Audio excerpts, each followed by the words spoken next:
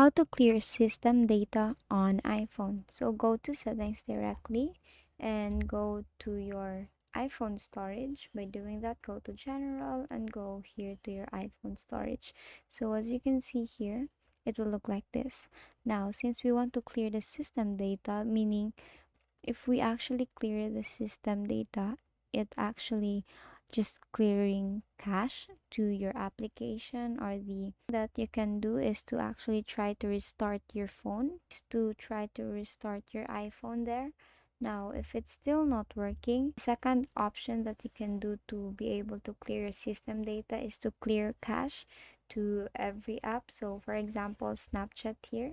So on Snapchat, we actually can clear a cache here. Just go to settings, scroll here you will see privacy control. Just tap on clear cache here on the bottom part.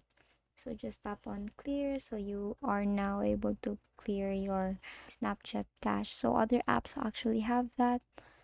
And the other option that you can do is to go to your messages. For example, you are a browser user, a Safari user, then what you can do is to go to your Safari here, scroll all the way down up until you see here clear history and website data.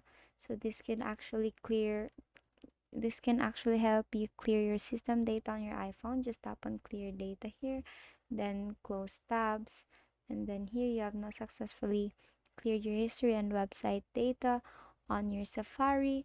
And the other option is, for example, you have a lot of messages, so you may also want to clear that one. So what you can do is to go here and go to keep messages here. As you can see, it's kept forever, so you can actually set it to 30 days so that it will all be automatically be deleted to your system data of your iPhone.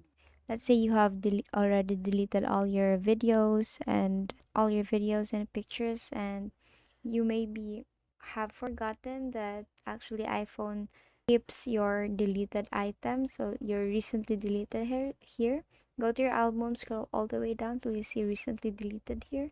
Just tap on that and it will actually ask for your identification or your face ID.